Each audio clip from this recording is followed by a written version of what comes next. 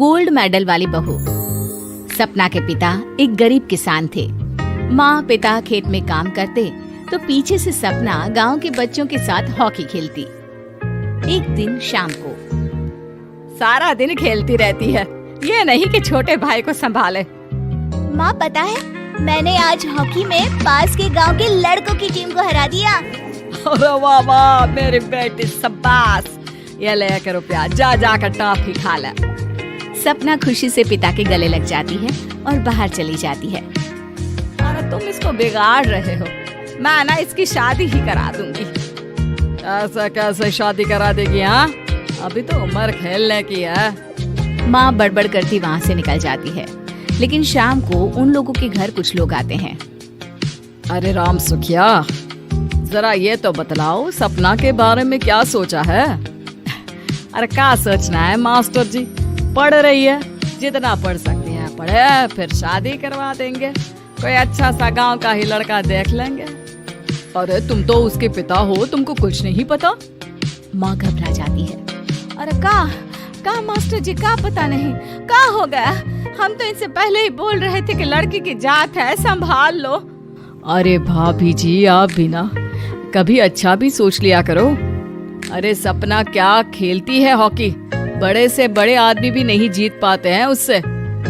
कल गांव में एक टीम आ रही है, लड़कियों की हॉकी खेलने उसे भेज देना, वहाँ शायद कुछ बात बन जाए।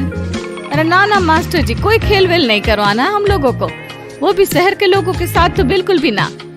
शहर के लोगों को ना कोई भरोसा नहीं होता मास्टर जी। अरे कैसी बात कर रही हो सपना की माँ, बुरा आदमी तो हर जगह मिल जाएगा, उसके लिए शहर का और गांव का। हाँ मास्टर जी, हम लोग तैयार हैं, कल आ जाएगी सपना वक्त से। माँ के लाख मना करने पर भी पिता सपना को हॉकी टीम के लिए भेज देते हैं। शाम को सपना वापस आती है, लेकिन लट के मुंह से। और क्या हो गया, मार खाई हो का? कौन मारेगा हमें? कोई मार वार खाकर नहीं आए। अरे फिर शकल पर 12 क्यों बजे हैं, बताओगी? देखो माँ, आप समझोगी नहीं, बताकर फायदा क्या है? अरे बिटिया रानी, हम तो समझेंगे ना, हमें ही बता दे। सपना पापा के गले लग जाती है। पापा, मैं ना सिलेक्ट हो गई हूँ भारत की हॉकी टीम में खेलने के लिए। अरे वाह, ये तो बहुत ही खुशी की बात है मेरे बच्चे। फिर मेरी गुड़िया काहे परेशान है? पापा, मुझे दिल्ली जाना पड़ेगा आगे की प्रैक्टिस के लिए। माँ जो सारी बात सुन रही होती है, जोर से चिल्लाती है। एक पैसा नहीं है मेरे पास, समझी? कुछ नहीं दूंगी। शादी के लिए लड़का फाइनल भी कर दिया है, कल्ले का बेटा, वो शादी कर लेगा तुमसे। सपना पिता की ओर देखती है। अरे देख सपना, खेलने दिल्ली जाना है तो सिर्फ इसी शर्त पे कि आकर कल्ले से बेटे से चुपचाप शादी कर लेगी, बोल। अरे ठीक है ना, कल्ले का बेटा तो बहुत ही समझदार है, सरकारी नौकरी है उसकी, मान गया वो तो सपना शादी कर लेगी। सपना भी धीरू, जो कि कल्ले का बेटा था, उसे जानती थी।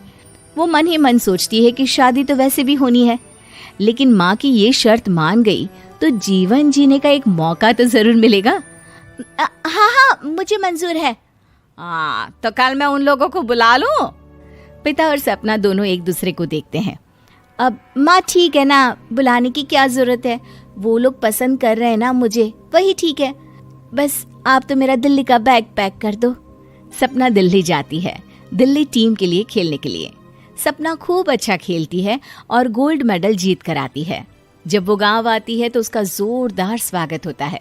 हर कोई सपना सपना चिल्ला रहा होता है। और सपना के पापा, तुम्हारी बेटी ने तो गांव का नाम रोशन कर दिया है। गांव की तरफ से तुम लोगों को गांव में पक्का मकान और सपना को परिषद में पक्की नौकरी देने के लिए हम तैयार हैं। अरे वाह वाह, पक्का मकान, ये तो बहुत अच्छी बात है, लेकिन सपना की नौकरी नहीं चाहिए हमें। हाँ, कैसी बात कर रही हो सपना की माँ? लड़की की नौकरी रहेगी तो अपने पैरों पर खड़ी रहेगी, किसी के आगे झुकने की जरूरत ना पड़ेगी। अरे चुप रहो, हम तो नौकरी ना करते हैं, पर मजाल है कि किसी के आगे झुके हो। ना, हमारी बेटी नौकरी नहीं करेगी। पिता लाख समझाते हैं लेकिन माँ नहीं मानती। और फिर वो दिन भी आ जाता है जब सपना को अपने कहे अनुसार लड़के से शादी भी करनी पड़ती है। ससुराल में। ए बहू, तू रोज रोज सुबह कहाँ जाती है?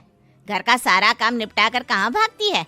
माँ का घर तो पास ही है, वहीं निकल जाती है क्या?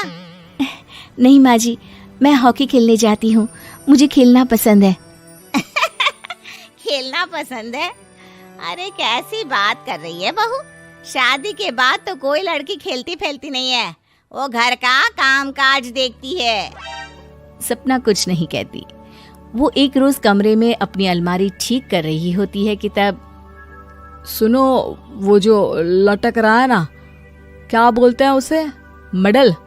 सपना पति की बात सुनकर खुश हो जाती है, उनके पास जाती है। मैं सोच ही रही थी कि तुमने कभी पूछा क्यों नहीं। ये मेडल है, मैंने जीता है। पता है, हॉकी में बड़ा मैदान, बहुत से लोग, 2 टीम और फिर शुरू होता है जुनून। पता है, लगता है जैसे बस जिंदगी यही है, खेलते रहो, भागते रहो, दौड़ते रहो और लक्ष्य को पालो। सुनो ना, मैं ना भारतीय टीम के लिए खेलना चाहती हूँ। माँ, यहाँ तो आ जरा। सपना हैरान हो जाती है कि ये क्या हो गया, पति अचानक से माँ को क्यों बुला रहा है। हाँ बेटा, क्या हो गया? काहे गला फाड़ रहे हो? माँ, ये सपना क्या कह रही है? अरे बीवी तो बोलती ही रहती है बेटा, लेकिन क्या हो गया, चिल्ला क्यों रहे हो? ऐसा क्या बोल दिया इसने? माँ ये बोल रही है कि इसको खेलना है भारतीय टीम के लिए। सपना डर जाती है। नहीं माँ जी, मैंने कहा कि मैं चाहती हूँ कि वो मैं बोला था ना, शादी के बाद कोई खेलता नहीं, घर का काम काज देखता है, लेकिन फिर भी। नहीं माँ जी, ठीक है, मैं घर का काम देखूंगी, कल से मैं खेलने भी नहीं जाऊंगी, माफ कर दीजिए। सपना पति की तरफ देखती है जो माँ की तरफ देख रहा होता है। उसे गुस्सा तो आता है, लेकिन करती भी तो क्या, सास के सामने कैसे पति की क्लास लगाती। अरे बेटा, अब क्यों घूरे जा रहे हो बहू को? माँ, अभी इस बात का फैसला करके जाना, वरना ये तो तेरे कमरे से जाने के बाद मुझे। अब चुप हो जाइए आप, छोटी सी बात का बतंगड़ मत बनाइए। छोटी सी बात? बहू, ये कोई छोटी बात नहीं है। जो लड़की दिल्ली के लिए गोल्ड मेडल ला सकती है, वो देश के लिए भी तो गोल्ड ला सकती है ना।